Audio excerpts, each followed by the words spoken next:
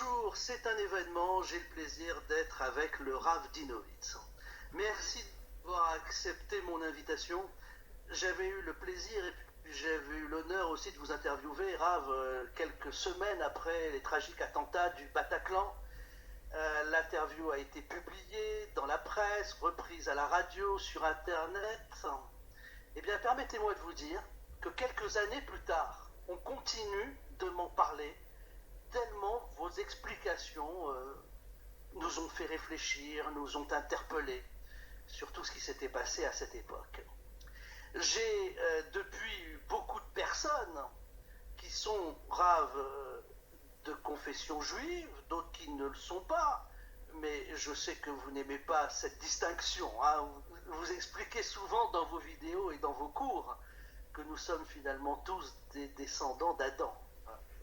Vous me corrigerez si jamais je... Non, absolument. Je suis tout à fait d'accord avec cette nouvelle définition qui correspond à une époque que personne ne pouvait prévoir. Et comme je ne cesse de le dire, aujourd'hui on voit un réveil inimaginable partout dans le monde, en Europe, en Amérique, au Canada, en Afrique et aussi dans le monde asiatique. Un réveil et une prise de conscience que finalement la Torah s'adresse à tous les descendants d'Adam et pas seulement au peuple juif, comme malheureusement tout le monde le croyait jusqu'à ces dernières années, et comme nos maîtres l'ont toujours enseigné, que la Torah au départ était censée être donnée à tous les peuples, pas seulement à Israël. Et c'est ce réveil qui montre que finalement l'âme revient à sa source, et on se prépare à ce dévoilement qui sera celui de la délivrance finale, où finalement toute l'humanité, chacun à sa manière et chaque peuple selon sa sensibilité spirituelle et morale, mais tous reviendront à la source unique qui est la sagesse du maître du monde qui s'exprime à travers la Torah, qui sera encore une fois la source spirituelle et morale de l'humanité tout entière et pas seulement du peuple juif.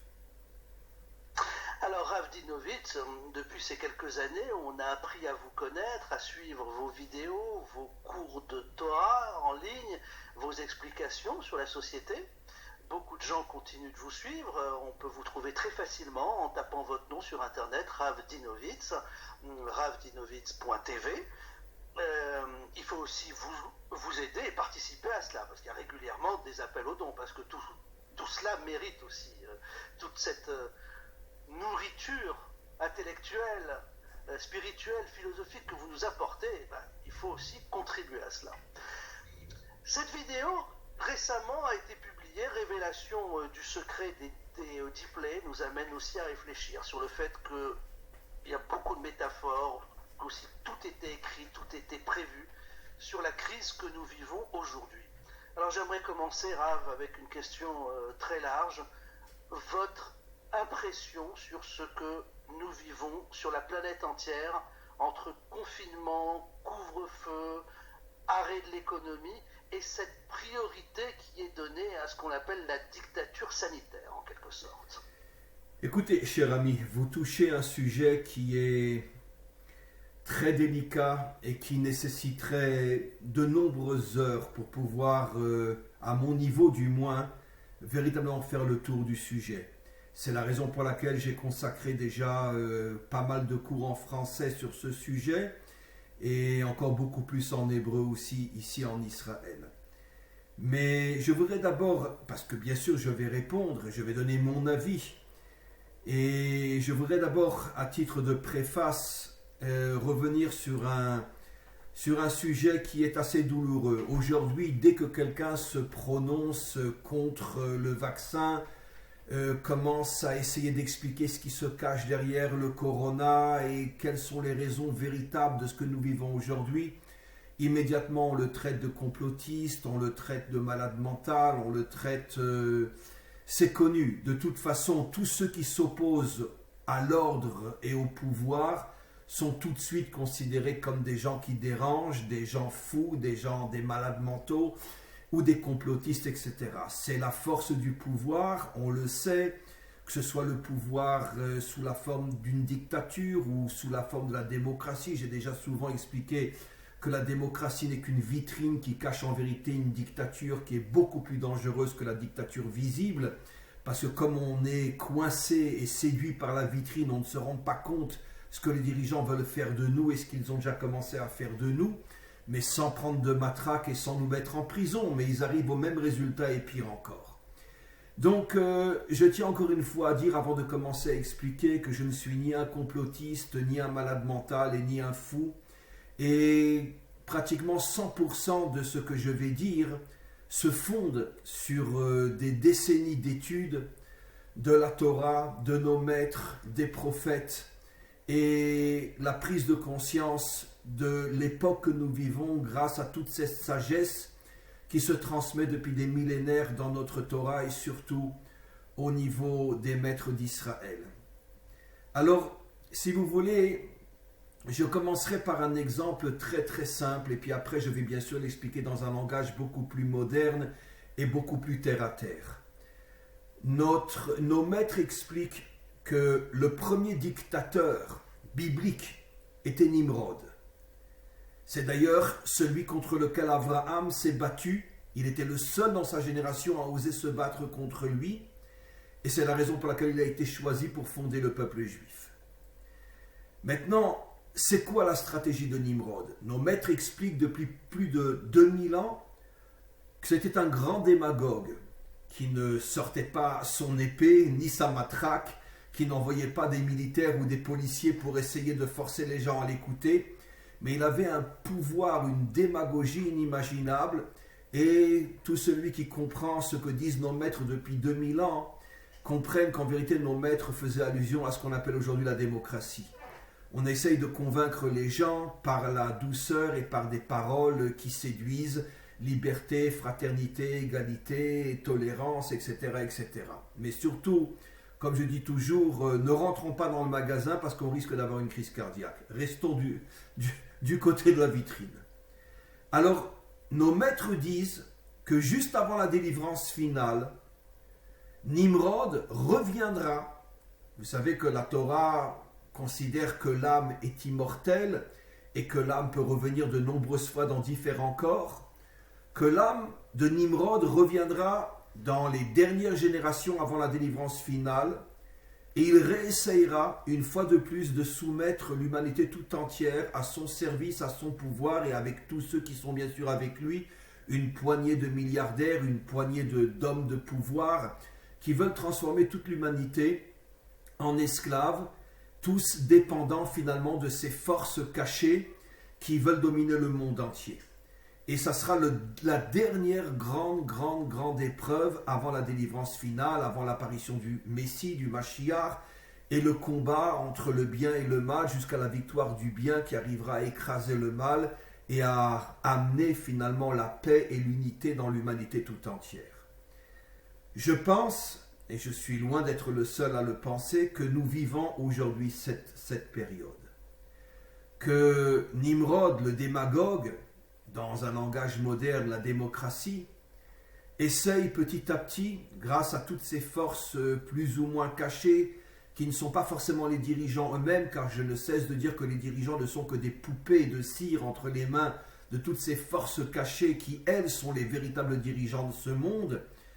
Et donc que ces forces cachées qui un jour peut-être enlèveront leur masque et on verra de qui il s'agit, mais ça sera peut-être malheureusement trop tard, ces forces cachées ont décidé aujourd'hui, grâce à la technologie, grâce à tous les moyens dont ils disposent, l'argent, le pouvoir, la technologie, de casser toutes les identités nationales, de casser la notion de peuple, de casser la notion de nation, de finalement de faire de l'humanité un groupe uniforme dans lequel on ne verra plus la différence entre un Français, un Allemand, un Belge, un chrétien, un musulman ou autre chose. On va tous devenir finalement des esclaves au service de quelques grandes puissances pour lesquelles on travaillera et on n'aura pas d'autre choix finalement que d'être au service de ces grandes puissances-là. Vous avez une question ou je continue, cher ami? C'est passionnant, je n'ose pas vous interrompre. Alors je continue juste encore un petit peu, mais j'ai encore bien sûr beaucoup de choses à expliquer. Et donc, j'ai, comme des dizaines de milliers d'autres dans le monde, et pas forcément des juifs, il y a, grâce à Dieu, énormément de non-juifs. Moi, j'aime pas l'expression non-juif, vous le savez, bon, alors de Bnei Adam, on va dire, qui, sans faire la moindre référence à la Torah, sans connaître l'histoire de Nimrod et sans savoir ce que nos maîtres disent, sont arrivés à prendre conscience qu'il y avait ici quelque chose de très grave qui était en train de se passer. Cette volonté finalement d'uniformiser l'humanité tout entière et de la rendre dépendante de ces forces obscures qui veulent dominer le monde. Et donc c'est la raison pour laquelle est sorti le corona, dont bien sûr tout le monde sait aujourd'hui que le corona n'est pas un virus naturel, il a été créé par les hommes. On veut faire croire qu'il est venu de Chine et que c'est les Chinois qui l'ont sorti. Je pense personnellement que c'est un infâme mensonge. Ce sont les Blancs, les Européens, les Occidentaux qui ont créé ce virus et se sont arrangés pour qu'il sorte de Chine de manière à faire croire que ce sont les Chinois qui... Bon, alors peut-être que je me trompe, peu importe, c'est mon point de vue, mais je suis persuadé que ce sont les Occidentaux qui ont créé ce virus-là et ils l'ont jeté en Chine pour faire croire que les Chinois voulaient détruire le monde. Mais à mon avis, c'est encore une fois, je veux dire, une ruse inimaginable dont les Occidentaux sont les experts. En tous les cas, tout le monde sait aujourd'hui que ce virus n'est pas un virus naturel, il a été créé par les hommes. On est déjà maintenant en train de parler de mutation du virus. C'est-à-dire on est en train de nous faire comprendre que tous les vaccins que les gens aujourd'hui prennent ne servent à rien parce que la mutation va être 100 fois plus terrible que le virus du départ. Et évidemment, les mutations sont faites en laboratoire et après les virus sont envoyés dans le monde, c'est absolument évident. Et alors, quel est le but ? Le but, très brièvement, et c'est ce qu'on voit d'ailleurs, c'est d'abord de casser l'économie mondiale. Je vais donner un exemple très simple, mon ami. Pendant des millénaires, toute l'économie mondiale était fondée sur l'agriculture. Et après, il y a eu ce qu'on appelle l'industrialisation et les forces dominantes ont commencé à comprendre que si on voulait faire 100 000 fois plus d'argent, il fallait commencer à rentrer dans l'industrie. Mais à cette époque-là, dans tous les pays du monde, tout le monde était dans l'agriculture. Alors comment qu'on a fait pour déraciner les gens de l'agriculture et les faire entrer dans les usines ? Vous remarquerez des guerres, des maladies, des épidémies, etc. De manière à ce que toute l'économie agricole s'écroule, que les gens perdent tout ce qu'ils avaient, parce qu'il y a eu quantité de guerres à cette époque-là qui ont été lancées par ces forces obscures, afin justement d'abord de prendre les gens, de les mettre dans l'armée, donc de les empêcher de pouvoir travailler. Et puis, toute l'économie agricole s'est écroulée. Et c'est comme ça qu'après les guerres, et après les épidémies, et après il y a eu la grippe espagnole, etc., qui fait partie de ce projet-là. Mais il y a eu des épidémies bien avant aussi. Et donc, on a traversé une période sur de nombreuses décennies, des périodes catastrophiques qui ont obligé les paysans à se reconvertir dans un monde nouveau qui est le monde de l'industrie. Aujourd'hui, comme on le sait, je veux dire, les paysans, partout dans le monde, s'ils ne sont pas aidés par l'État, ils n'ont pas de quoi manger. L'agriculture s'est complètement effondrée. On est aujourd'hui exactement dans la même situation. C'est-à-dire que les grandes forces dominantes veulent absolument casser ce que j'appellerais moi toute l'économie moyenne, les petites industries, etc., pour récupérer en vérité tout ce qui est entre les mains de millions de personnes dans le monde. Moi j'ai ma petite industrie comme ça, toi tu as ta petite industrie comme ça, et les grands trusts veulent tout récupérer de manière après à dominer des millions de fois plus le monde. Récemment, un journal américain, je crois que c'est le Guardian, a émis quelque chose d'absolument incroyable. Il a expliqué que Amazon, depuis le début du corona, a fait 250 milliards de dollars. Comment ? Au début, il ne vendait que des livres. Mais qu'est-ce qu'il a fait ? Il a récupéré des centaines, des milliers d'industries qui se sont écroulées, et c'est lui maintenant qui vend à leur place. Donc il n'est plus du tout uniquement quelqu'un qui vend des livres. Mais ça, c'est encore caché. Il a changé de nom pour récupérer les autres industries. il a fait 250 milliards de dollars en même pas un an. Et il y en a d'autres, bien sûr, aussi. Et donc, le but est de casser l'économie mondiale, celle qui est entre les mains des gens moyens, moyens plus, d'accord, de tout récupérer au niveau de grands trusts, et après de reprendre les gens comme étant finalement ceux qui vont travailler pour ces grands trusts. Chacun selon ses compétences. Si quelqu'un est garagiste, il travaillera pour un trust qui s'occupe de réparation de voitures. Mais il n'y aura plus de petit garage qui m'appartient. Une autre chose qui va se passer, c'est que ça, on va le voir encore d'ici très peu d'années, toute la monnaie mondiale va disparaître, toute la monnaie va disparaître, et ça de plus en plus d'économistes le disent, et ce qui va rester, c'est la carte de crédit. Quel est l'avantage de la carte de crédit? C'est que si tu ne vas pas selon le système, on te bloque ta carte de crédit pendant une semaine, pendant un mois, et si vraiment tu t'obstines, on te la bloque pour toujours, tu n'as plus de quoi manger puisqu'il n'y a plus d'argent. Donc tout est mis en place pour créer une dépendance de l'humanité tout entière face à ces grands trusts qui vont dominer le monde. Et c'est ce que la Torah nous explique il y a 4000 ans. C'était tout le projet de Nimrod. De réunir l'humanité tout entière, de lui donner une seule langue, donc uniformiser l'humanité, et tous qui travaillent autour d'un même projet, la construction de la tour de Babel.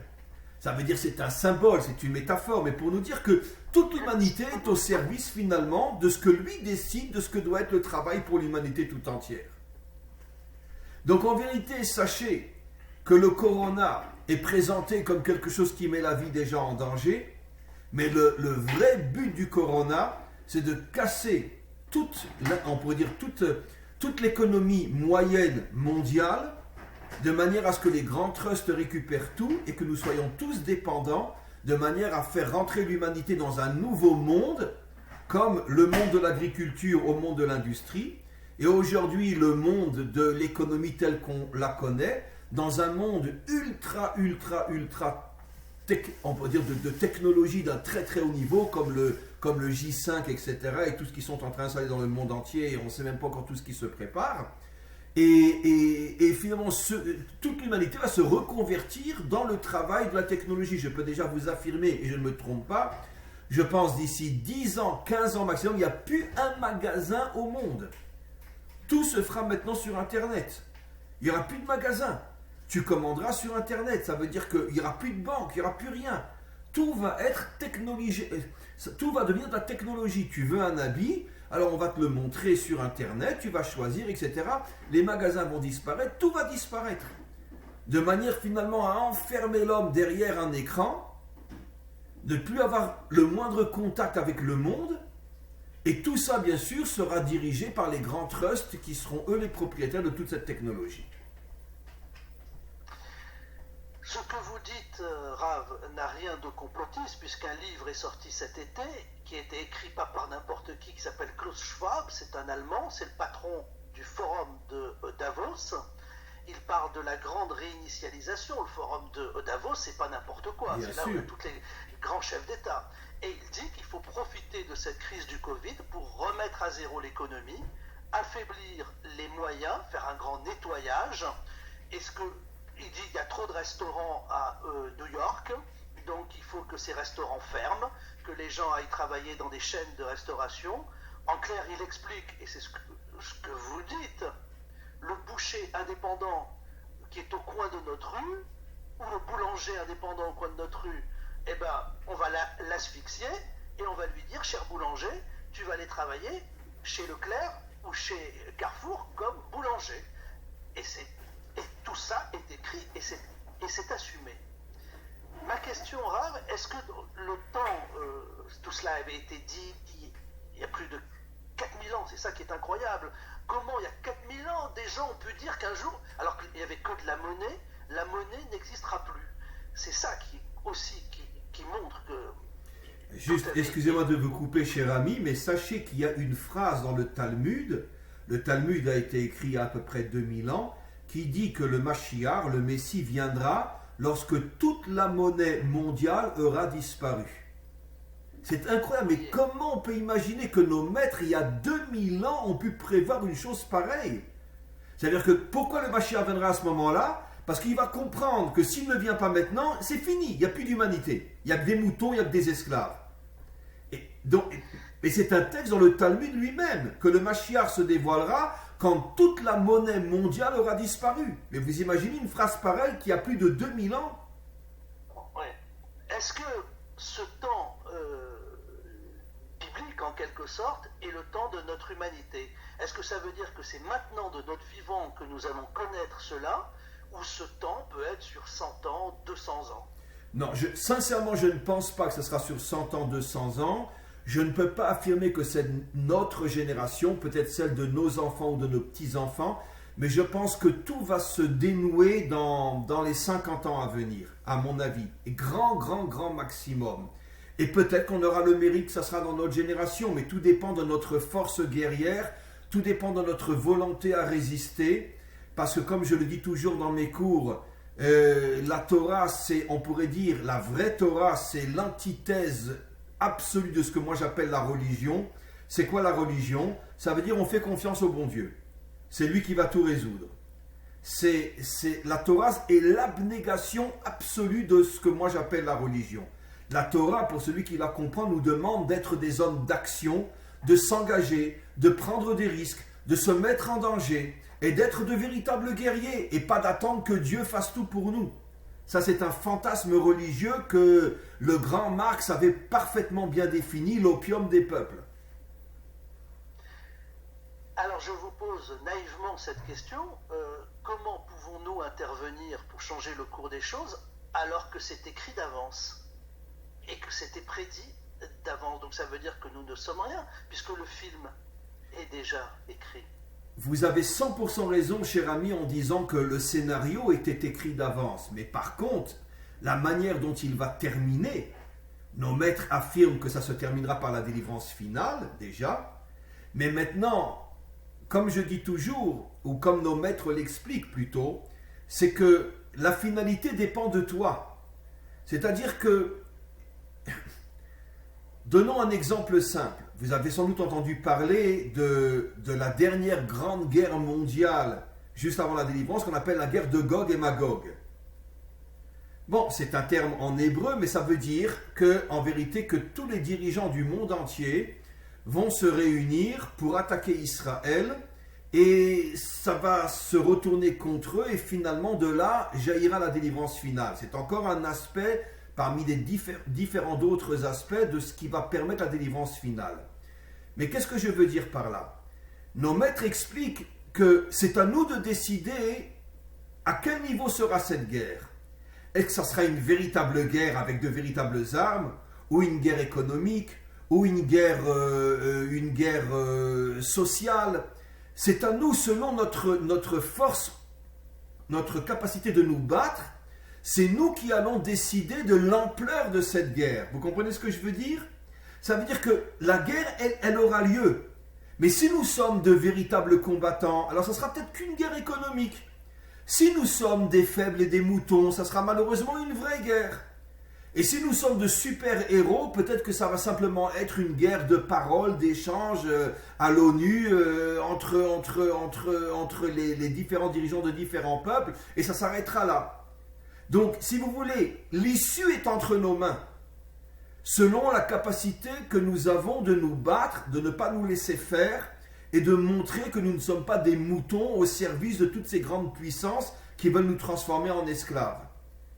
Je ne dis pas qu'il faut une majorité d'hommes et de femmes pour ça, puisque nos maîtres nous enseignent toujours qu'en vérité, dans chaque génération, c'est une poignée au niveau de l'humanité, ça peut être quelques millions sur 7 milliards, mais c'est toujours une poignée d'hommes et de femmes qui résistent, et c'est eux qui amènent les changements dans l'humanité tout entière. Ça veut dire que de la même manière que le mur de Berlin s'est effondré parce que des gens sont venus taper un coup de marteau contre un immense mur de plusieurs dizaines de kilomètres, ça ne fait rien, mais si c'est des milliers de gens qui tapent à coup de marteau, il s'est effondré. Ce que nous faisons nous, à une petite échelle, on le reproduit, on le fait, on parle, on explique, on essaye de faire changer, d'ouvrir les yeux et l'intelligence. Absolument. Sur le coup de marteau que nous donnons, finalement. Bon, Maintenant, il est possible que nous allons aussi être confrontés à un combat peut-être plus dur. Je donne un exemple, par exemple, ici en Israël, les dirigeants sont déjà en train de nous faire comprendre, par des allusions pour l'instant, que celui qui n'est pas vacciné ne pourra plus rentrer dans un supermarché, ne pourra plus aller dans un restaurant, ne pourra plus aller au cinéma, ne pourra plus, etc. Que les enfants, si les parents ne sont pas vaccinés, ne pourront plus aller à l'école, que si tu travailles dans une société où il y a du monde et qu'ils sont tous vaccinés, tu n'es pas vacciné, on te mettra dehors. Ça veut dire que c'est la démocratie. Non, on t'envoie pas un revolver, mais on te fait comprendre que, gentiment, que si tu n'es pas vacciné, eh ben, tu vas te retrouver dans une situation catastrophique. J'imagine que plus ou moins on va en arriver plus ou moins à la même chose aussi dans le monde entier, en tout cas dans le monde occidental. Et là, ça va être un combat très très très difficile. Parce que imaginez-vous quelqu'un de 40 ans qui n'a plus de travail, quelqu'un de 40 ans qui se retrouve avec 3 ou 4 enfants à la maison et qui ne peuvent plus aller à l'école, quelqu'un de 40 ans qui ne peut plus aller dans le supermarché pour faire ses courses parce qu'il n'est pas vacciné, parce qu'ils sont en train de faire un petit passeport vert ici que tout celui qui a le vaccin devra le montrer à l'entrée du magasin. Et si tu ne l'as pas, ben on ne te laisse pas rentrer. Donc on va se retrouver dans une situation qui est catastrophique. Et je pense que seulement une toute petite moitié va arriver à prendre le risque d'aller jusqu'au bout. Parce que la situation va être invivable. Si ça se réalise, bien sûr, ce n'est pas encore certain, mais en tous les cas, il y a des allusions de plus en plus fortes. On parle du passeport vert, du vaccin, etc. Et prenons le cas en Israël, je veux dire, toute l'économie moyenne s'est écroulée. Là, en ce moment où je vous parle, on est en confinement. On est en quarantaine. On ne peut pas sortir, on ne peut pas sortir toute la journée. Et combien de gens ne travaillent plus? Et malheureusement, en Israël, il n'y a pas les aides qu'il y a en France. Et donc, parce que le pays n'a pas les moyens et n'a pas, on pourrait dire, les siècles de vieillesse qu'a la France qui font que de nombreuses richesses ont pu s'accumuler.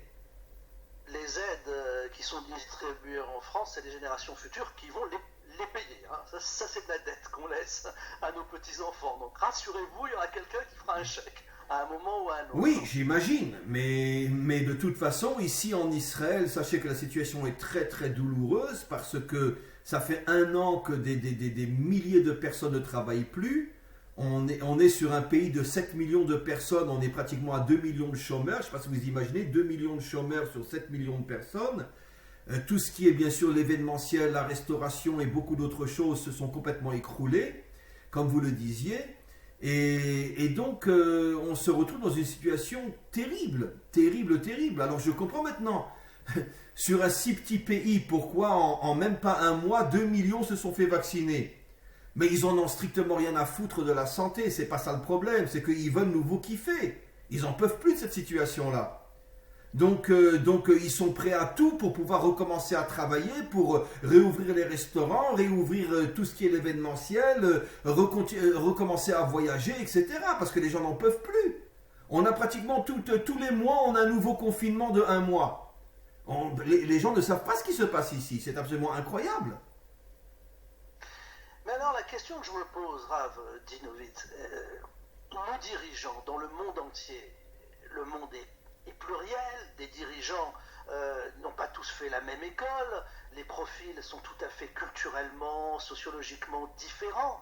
Quand vous mettez autour d'une table Vladimir Poutine, Emmanuel Macron, Benjamin Netanyahou,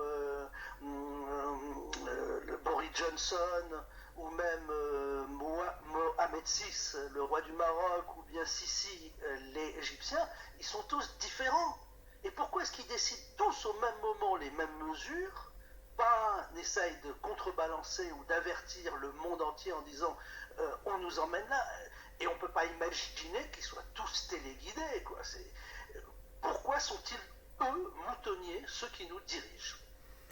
Est-ce qu'au-dessus d'eux, on peut pas non plus les suspecter de faire ça volontairement pour le mal de leur peuple? J'imagine pas. Non.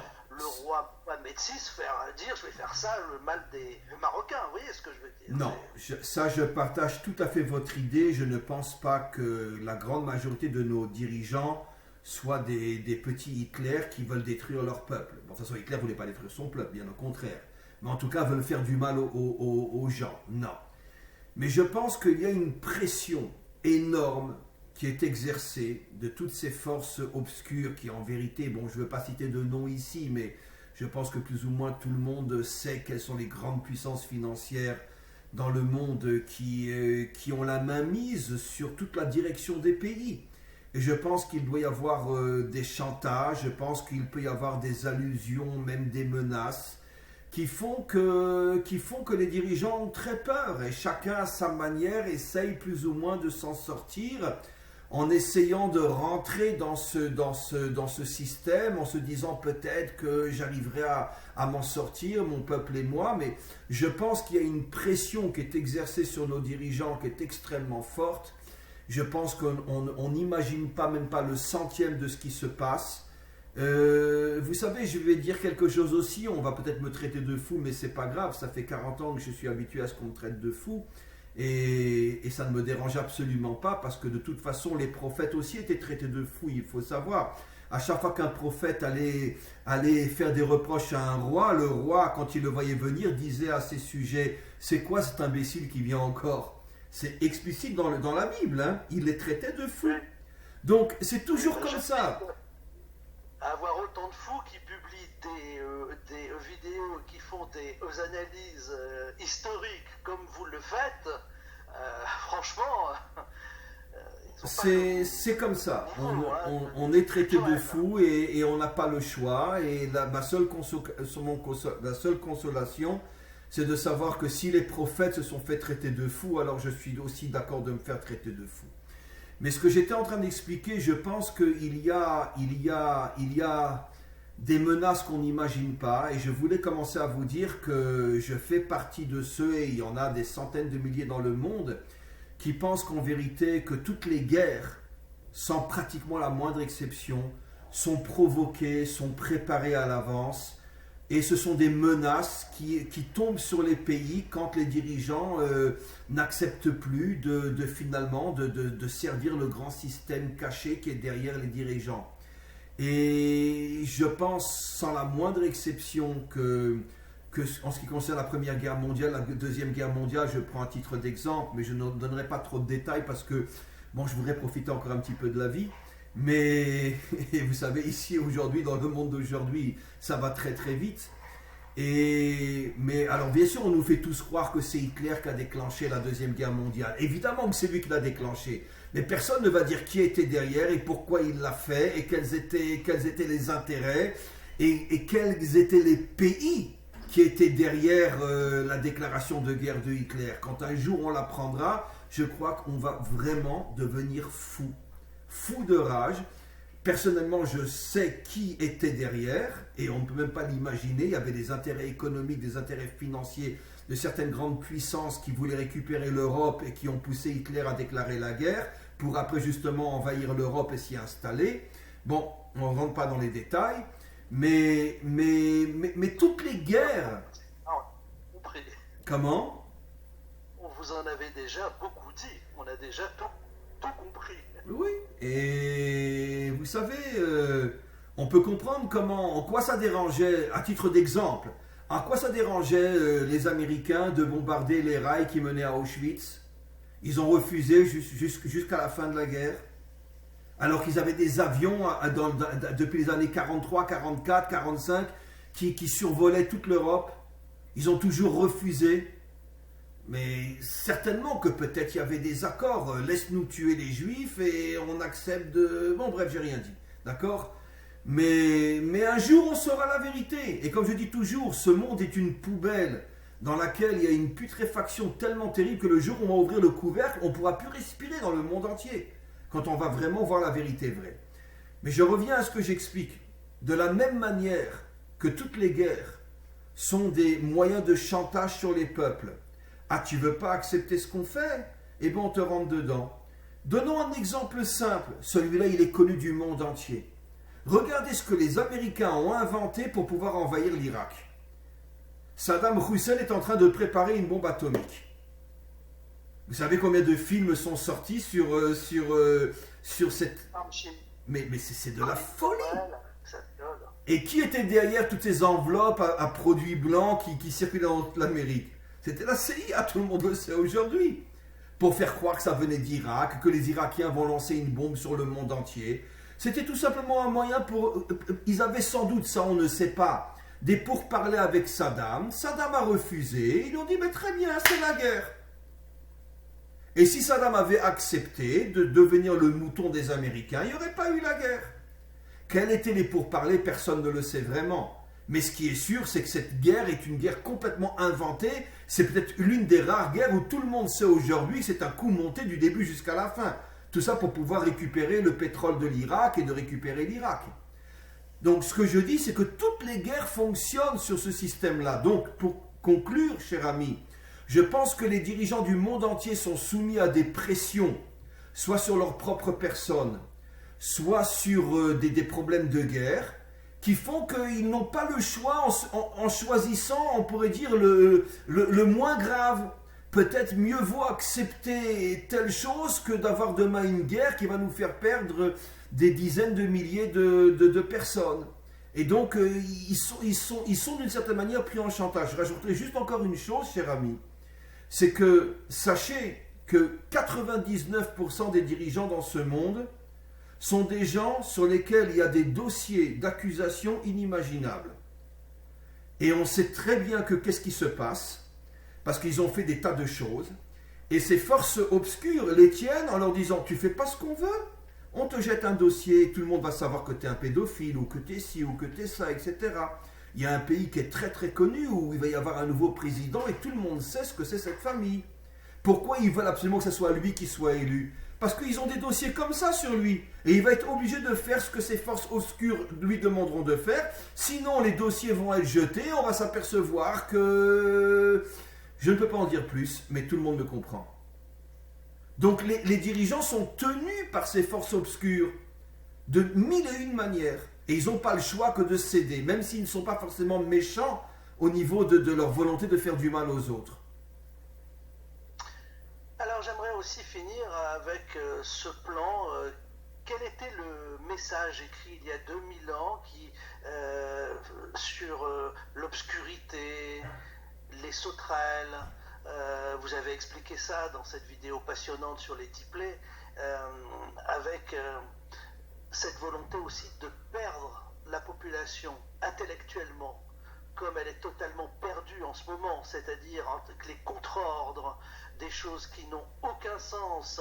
Vous le dites chez vous en Israël, vous dites il y a 5 dans la synagogue, mais il y a 500 personnes au supermarché. On a vécu le même débat ici.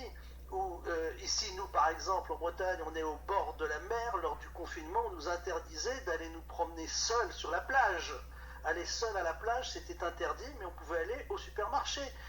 Les gens sont perdus. Et les gens sont tellement perdus qu'ils en redemandent. Parfois, ils disent, bah si, il faut encore passer par un nouveau confinement, le 23e confinement, peut-être qu'on évitera le 24e confinement. Et au 130e confinement, ils auront le même discours. Écoutez, le problème, cher ami, c'est le problème des médias qui sont entièrement à la solde, je parle des médias officiels du système, entièrement à la solde du pouvoir. Et qu'est-ce qu'elles font? Elles ne cessent de nous terroriser pour nous rendre fous. Et ce moyen de terroriser les gens, c'est ce qui les pousse à vouloir tout faire pour s'en sortir. On n'en peut plus. On n'en peut plus. Voilà, là, il y a 15 jours, ils nous ont donné un confinement de 15 jours, et maintenant ils sont en train de nous annoncer qu'ils vont le prolonger de 15 jours encore. Non mais vous imaginez, un mois enfermé dans sa maison, toute la journée? Mais les gens, excusez-moi l'expression en français, les gens pètent un câble, ils deviennent fous. Donc ils sont prêts à tout pour s'en sortir. Et faites-moi 100 piqûres, je m'en fiche, mais je veux m'en sortir. Vous comprenez? Maintenant, aussi ce qui se cache derrière ce vaccin, là encore, personne ne peut l'affirmer à 100%. Mais on a des tas de vidéos où Bill Gates, qui est le patron de l'OMS, disait il y a quelques années, et toutes ces vidéos on les a entendues, qu'il faut tout faire pour diminuer l'augmentation de la population. Il y a trop de monde, il y a trop de monde. Et aujourd'hui, quantité de savants et de grands médecins, dont même en France un prix Nobel, ils ont expliqué que ce vaccin-là, il est réparti en différentes catégories selon l'âge des gens. D'abord, il faut savoir aujourd'hui que les vieilles personnes coûtent un argent fou aux caisses de l'État, parce qu'avant, tu étais à la retraite à 65 ans, tu mourais à 68 ans. Donc ça va, mais aujourd'hui, tu vis jusqu'à 90, 95 ans. Donc les États ne peuvent plus payer autant d'argent. Donc qu'est-ce qu'ils font? Dans le vaccin, on va s'arranger pour que les vieux ne vivent plus tellement longtemps. Pour diminuer la population mondiale, les jeunes, on leur donne un autre vaccin qui va faire que 1 sur 3 ou 1 sur 4 sera stérile. Donc ça va diminuer énormément la population. Et le point commun dans tous ces vaccins-là, si ce qu'on dit est vrai, et moi j'en suis persuadé, c'est qu'il va agir sur notre ADN, il va agir sur notre cerveau, il va nous affaiblir, pas tout de suite, au bout de 3, 4 ans, 5 ans, puisque c'est déjà prévu que ce vaccin-là, on va devoir le faire 2 fois par an. Donc au bout de 4-5 ans, on sera complètement affaibli, on n'aura plus d'autre choix que d'être complètement au service de ces forces politiques et financières qui vont dominer le monde entier. C'est ça leur projet. Alors Rav, j'aimerais terminer cet entretien passionnant et malheureusement trop court. Déjà, 3/4 d'heure, on a dit beaucoup de choses.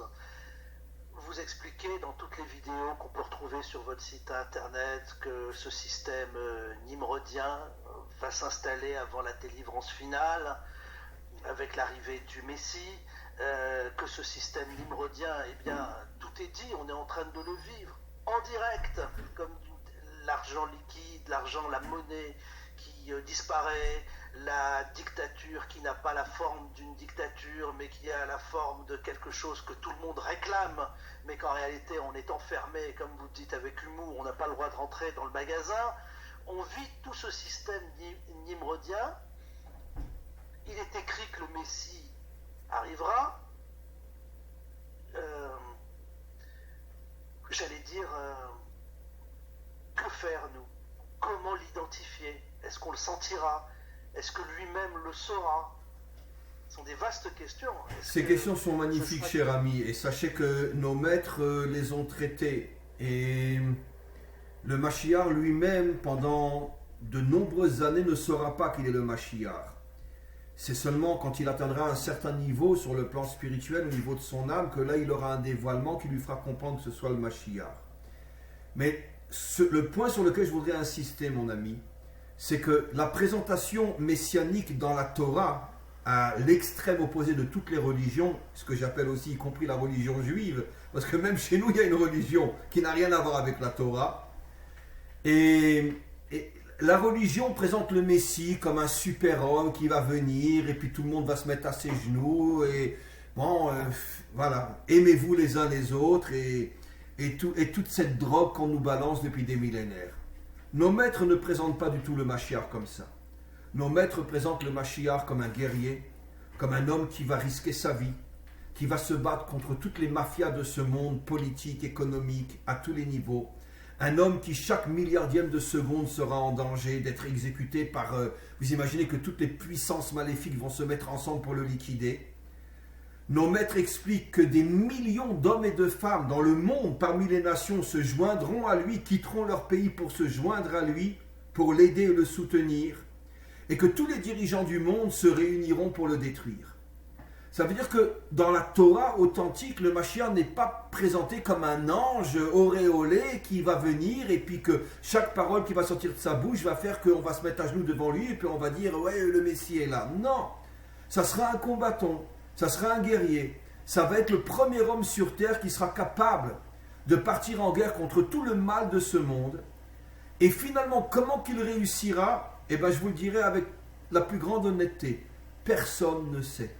Nos maîtres disent dans le Talmud, d'accord, qui est malheureusement très souvent tellement mal présenté, mais le Talmud, c'est une source de sagesse qu'on ne peut même pas imaginer. Nos maîtres disent que le Mashiach viendra à un moment où plus personne n'imaginera que sa venue est encore possible. Ça veut dire que les forces du mal seront tellement puissantes que personne ne pourrait imaginer que puisse tout d'un coup se lever un homme et partir en guerre contre ce mal. C'est pour ça que nos maîtres nous disent, personne ne sait comment qu'il arrivera finalement à survivre, à ne pas être assassiné. Parce qu'aujourd'hui, avec un petit drone grand comme une mouche, on t'envoie un petit gaz et tu meurs tout de suite. Donc, comment qu'il va survivre? Comment qu'il va faire? Nos maîtres répondent, cher ami, eh bien, posez-vous la même question. Comment se fait-il que Moshe a pu, à ce point, narguer Pharaon et le mettre à genoux, et Pharaon ne l'a pas tué? Jusqu'à aujourd'hui, personne n'a de réponse. Il semblerait que sur le terrain, quelque chose d'absolument surnaturel va se passer, que personne ne comprend, personne n'a les clés pour le décrypter, le défricher. Mais le Mashiach, ce qui est important pour nous de comprendre, ça sera un guerrier. Et pourquoi je dis ça? Pour dire que notre but à nous aujourd'hui est aussi à notre niveau d'être des guerriers. Ça veut dire qu'on doit savoir qu'on est aujourd'hui en présence d'une explosion de mal inimaginable, cachée derrière la belle vitrine de liberté, fraternité, égalité. Ça, on le sait. Mais il y a une explosion aujourd'hui et une volonté de casser l'humanité tout entière. Et chacun à son niveau doit être capable de se battre. Je ne dis pas sortir dans la rue avec un revolver, ce n'est pas du tout à ça que je fais allusion. Bien sûr que non. Quand le Mashiach sera là, peut-être, mais en tout cas certainement pas aujourd'hui. Mais aujourd'hui, résister au niveau de sa volonté, au niveau de ce qu'on enseigne aux autres. Maintenant, vous acceptez pas, c'est votre problème. Mais nous, on vous a dit ce qu'on pense. Et c'est notre travail aujourd'hui, de ne pas se laisser faire. Mais il me semble qu'il est aussi écrit qu'il y aura aussi des faux messies qui arriveront, qui seront des usurpateurs, qui vont tromper les gens. Vous savez, cher ami, ça a toujours été la manière dont le système dominant agit. Est-ce que vous croyez sincèrement que ces tarés mentaux, bourrés de tatouages, qui ont attaqué le Capitole et qui ont tué 5 personnes, c'est Trump qui les a envoyés? Mais tout le monde sait que c'est les démocrates qui les ont envoyés pour salir Trump. On envoie des tarés mentaux, c'est beaucoup plus facile pour les chaînes de télévision. Mais évidemment. Et après, on dit c'est Trump qui lui a envoyé ces débiles mentaux. Tout le monde sait, enfin tout le monde sait. Tout celui qui veut savoir sait que c'est les démocrates qui les ont envoyés pour salir Trump. Et donc, effectivement, quand les nations, enfin, quand les dirigeants et toutes ces forces obscures vont sentir que le Mashiach se dévoile, ils vont envoyer des tas de tarés pour le salir.